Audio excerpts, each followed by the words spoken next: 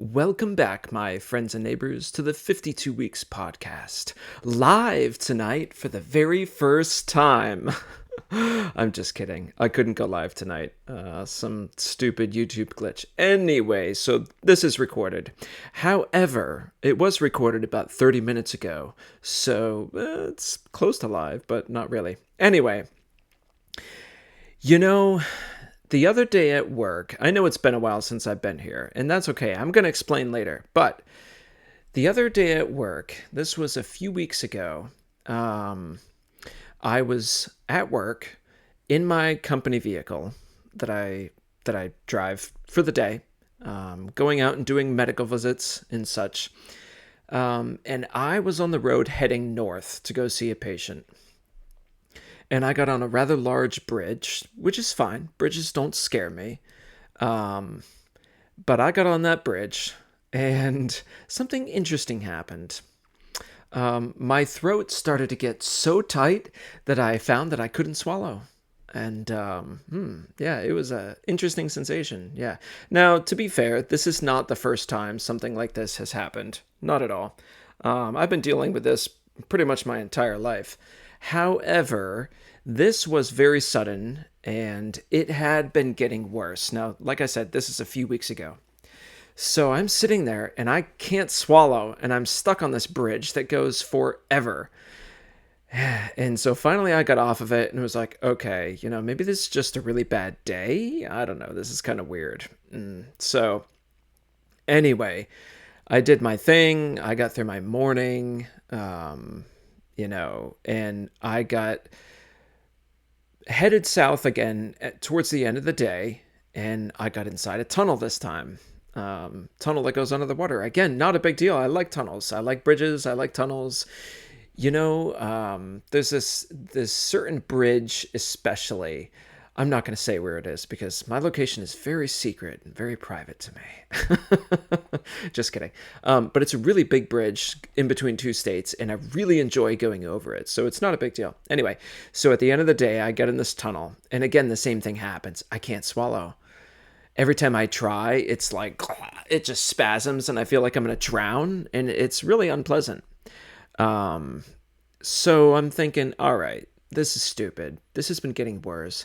Something's going on. And I promise this has to do with the theme of the podcast, which is finances. Although, if you notice, I'm really bad at this. My background image behind me has changed quite a bit. And there's a reason for that. Let me explain. So I'm thinking to myself, something is up here. Something's going on. I can't swallow again. This is horrible. Well, let's see. Maybe I should cut sugar out of my diet. I've tried that before. And, well, definitely is a good idea. Definitely is a good idea.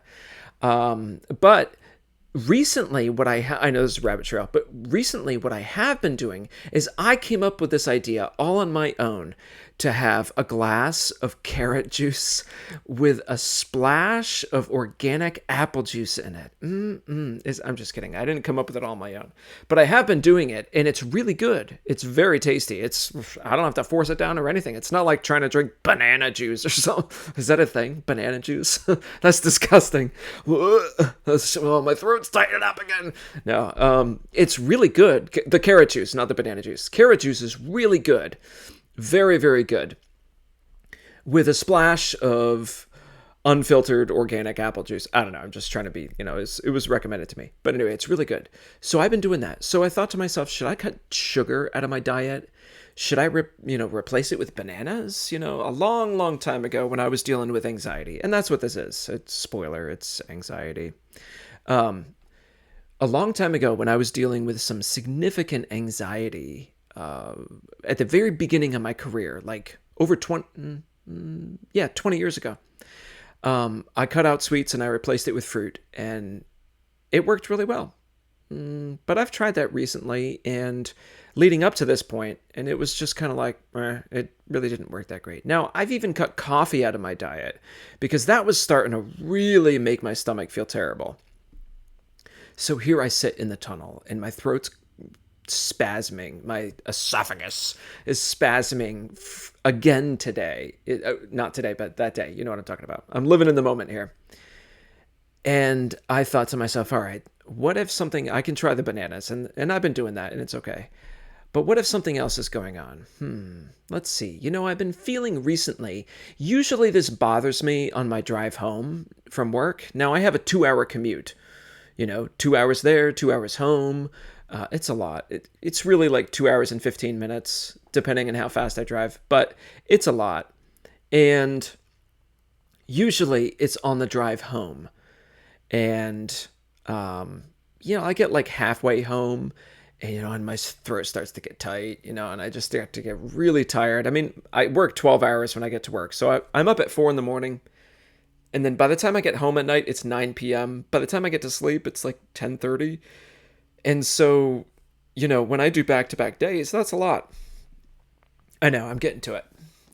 And so usually it's on the ride home, my throat will tighten up and it'll just get worse and worse and worse to the point where I can't swallow, and I'm trying to drink water, but that doesn't work, And so anyway, I'm sitting here in the tunnel, can't swallow, out of the blue. This never happens to me at work. So I thought something is up, something's going on. I thought before, what if I'm getting emotionally exhausted? I don't really know what that means, except that I imagine all of my positive emotions are gone and I'm left with nothing but, let's call them negative, all right? We'll be brave and call them negative emotions, And I think anxiety and worry and stress, things that produce stress, I think of as negative emotions. And so I think, well, okay, let's assume that I am emotionally, what did I say? Exhausted. Let's assume that I'm emotionally exhausted. Well, something must be sapping the positive emotions, draining them right down the drain. That sounded really dumb. Anyway, draining my positive emotions. What could it be? And immediately I felt this inside, this hatred, this disappointment, this disgust with my debt, with my financial situation, with my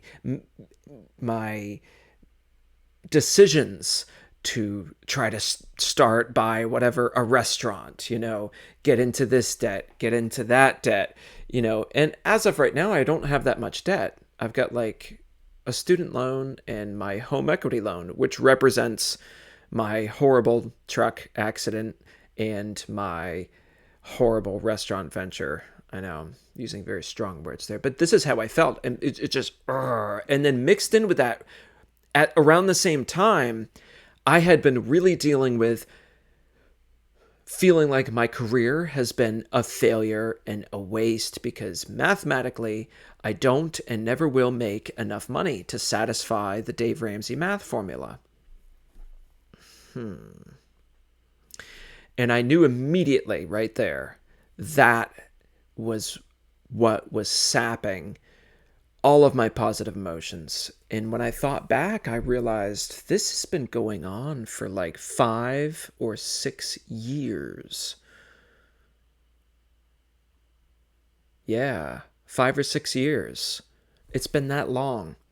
And so I thought, well, what are we going to do about it?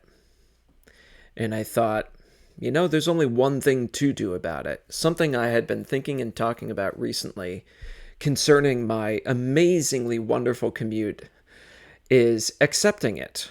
Accepting my commute is, I had assumed that my commute was really stressing me out and exhausting me. I don't think it's really stressing me out that much, but it is exhausting me. Exhausting sometimes. And so I've been working on accepting my commute. I live here because it's financially advantageous to do so, and we can't afford to move anywhere.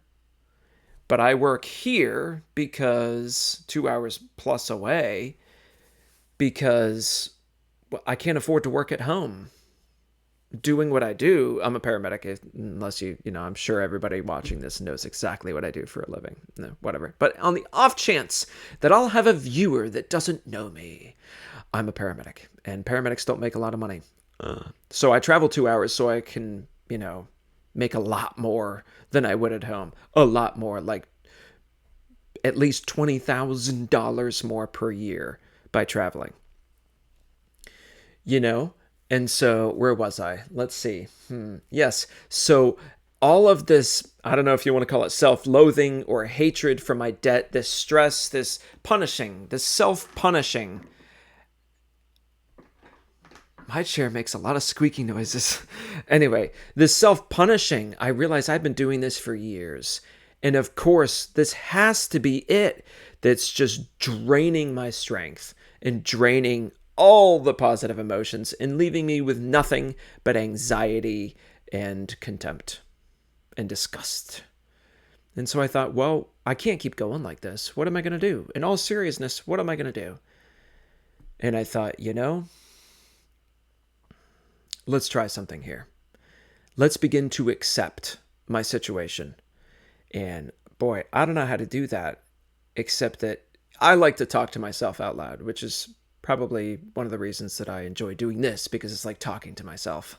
And anybody that's listening, I can't see, so, But no, so I started to think, okay, what can I say out loud that will help me reprogram my brain to stop automatically hating the situation that I'm in?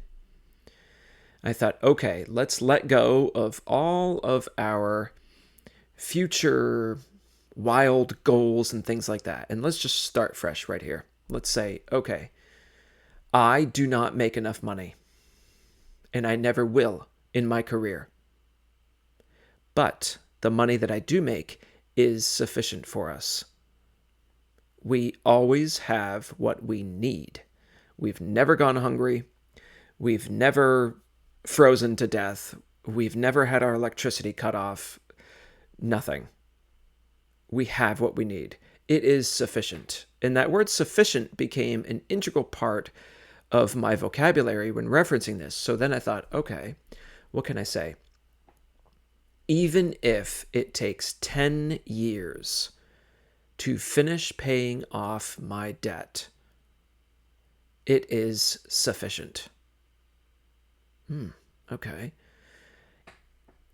If I can't start saving for retirement for another 10 years, I know that's wild. Dave Ramsey just gagged and choked on his iced tea somewhere, and he doesn't know why. I know why. Even if I can't start saving for retirement for another 10 years, that is sufficient.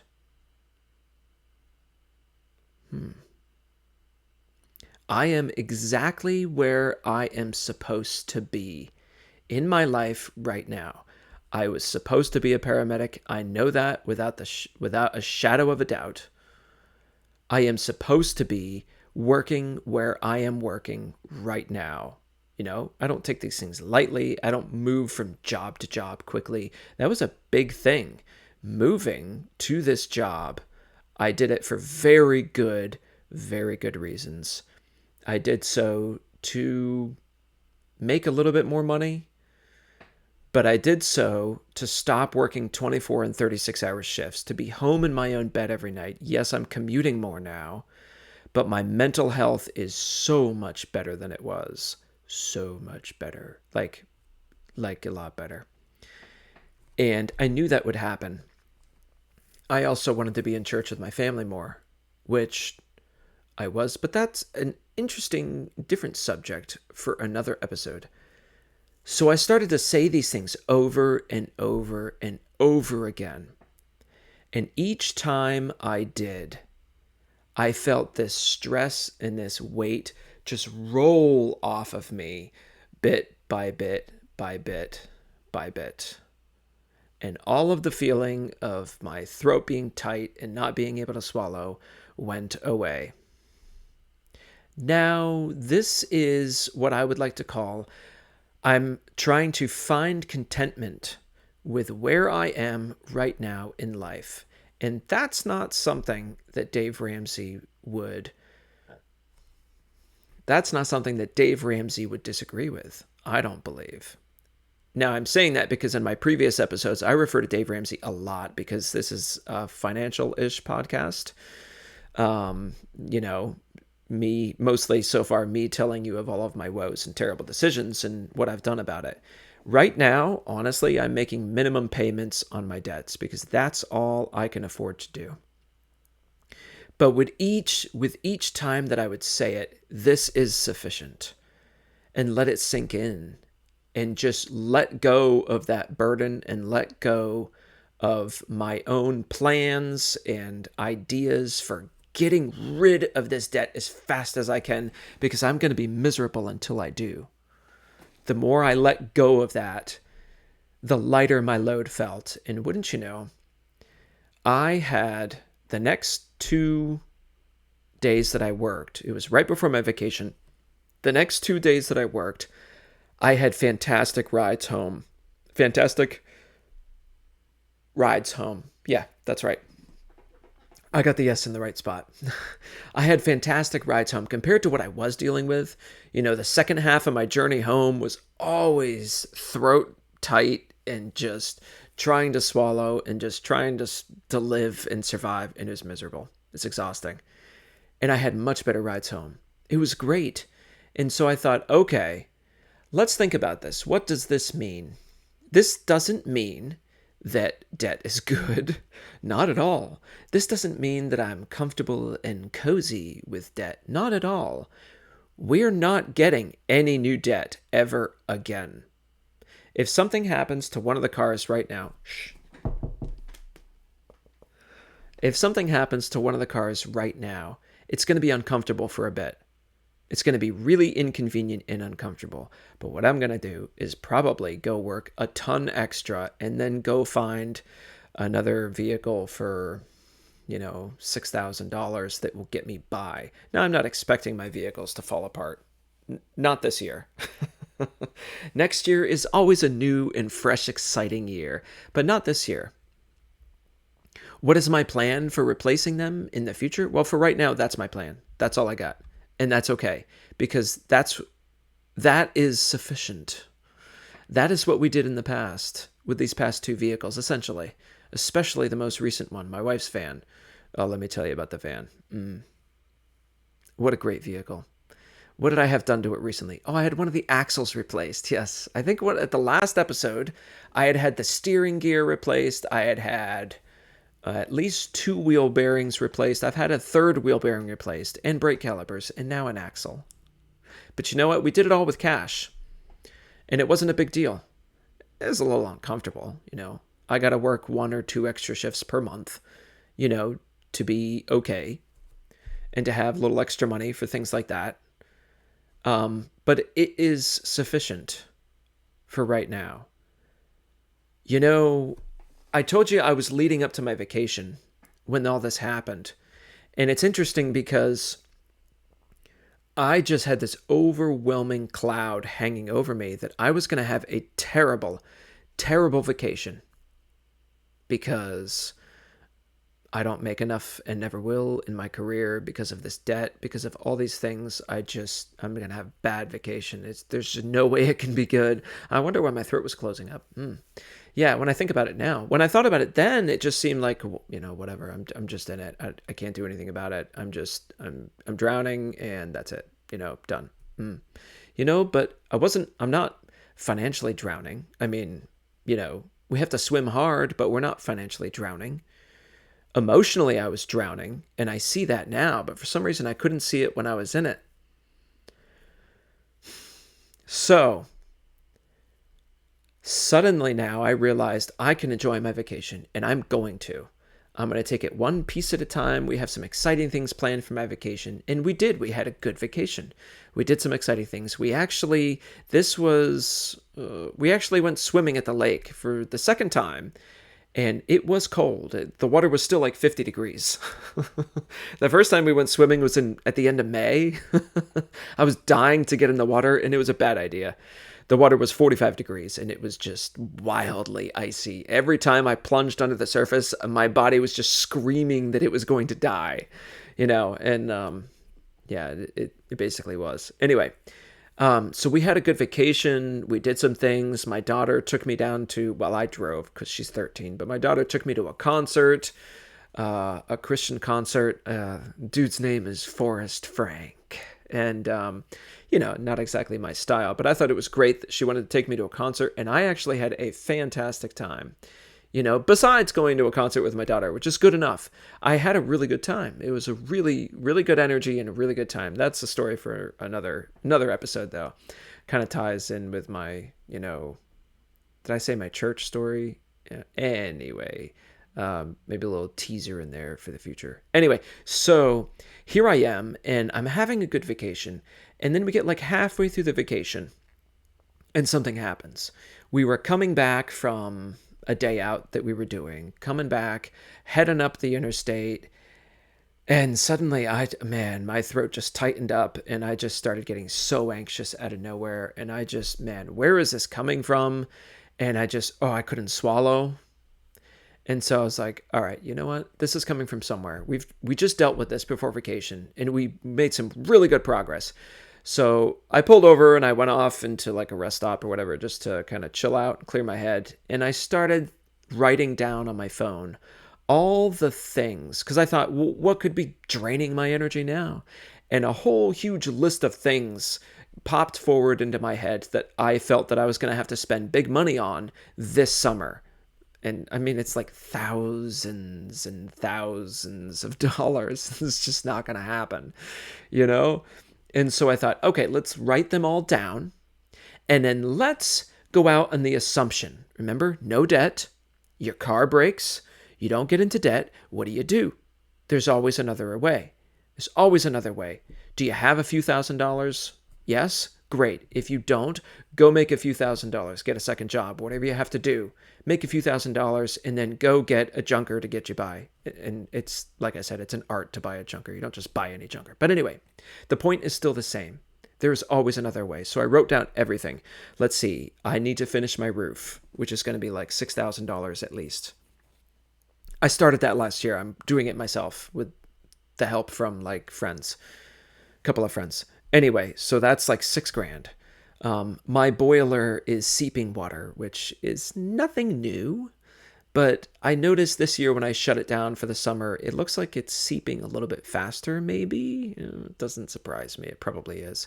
So that's like $4,000 or $5,000 to buy a new one, and then I install it. That's not $4,000 or $5,000 installed. That's me buying it, getting it shipped in, and installing it, just like I did with the first one. Okay. So then I thought, well, tires for both vehicles, snow tires. Okay. And then there were a couple other things in there. And so I thought, okay, let's see how many of these things I can safely push off for another year. The roof. Okay. I can patch the roof for another year. One side is done. I can patch the ridge again with another layer of ice and water shield just in case, because I don't want it to leak in the winter. And then I can patch some other areas with like some roofing tar or whatever. I've done that before. I can do that again safely. Nothing's leaking right now. So I can do that for another year. Okay, done. Boom, push that off. That's $6,000 I don't have to worry about because I can't come up with $6,000 anyway. Oh, heat was another one. Okay. So I thought, okay, the boiler. I can do something with the boiler. Probably turning it on will be the best thing because that usually stops the leaking. But if that doesn't, I can use some boiler liquid. Boiler liquid? I think it's called boiler liquid. And I can dump that in there, and that will get me another year at least, if not a couple. Cool. That's $4,000 I don't have to worry about. Done. What else? Okay, tires for the cars. We need snow tires this year. I can do that. I can come up with that. Okay. Heat. Yeah, I'm going to come up with that as I do, during the winter. I'll work, a couple extra shifts per month, what I've been doing, and that's all going to go towards heat. That will be sufficient. That'll be okay. Okay, we're done. And maybe there was one or two other things that I could safely patch for another year. And just like that, my stress just rolled off and this feeling went away in my throat. It wasn't tight anymore. And I got back on the road and I was like, man, I feel so much better. Well, honestly, that's kind of what it's been like ever since. My anxiety has not gone away. It comes and it goes, but when it does come, I can say, okay, let's search for the things that could be stressing me out. Let's talk about them. Let's get them out there, and let's talk about what we're going to do about it without spending a ton of money, because I don't have it. And a lot of that ends with where I am right now in my life is sufficient. We are where we're supposed to be, and it is sufficient. And I've thought of some things that I could enjoy doing, and one of the things that I've done to try to relieve my stress through the week is to work on my backyard and undo some of the things that I've done back there. One of the most recent things is I had this monstrosity of a chicken coop, like 4 by 8 by 4 feet tall, but the whole thing was like 9 feet tall in the air. And so I took it all apart the other day, a week or so ago, and I took it all apart in pieces, and I stored it all in my barn in case I want to do something else with it in the future. And it feels so good to start undoing those things and just getting out there and working in the sun, physical work, and just enjoying that, and just finding the contentment right here and now. And that's not something that Dave Ramsey talks a lot about. He talks a lot about gazelle intensity, but what that did with me is lead to this, if you want to call it self-loathing, this discontentment, this uncomfortable discontentment for years, and made me absolutely miserable to the point where I didn't know how I was going to function. Well, that's what today's episode was about. I hope you enjoyed the story. I hope it can help you all, friends and neighbors. Debt is bad. Debt is bad.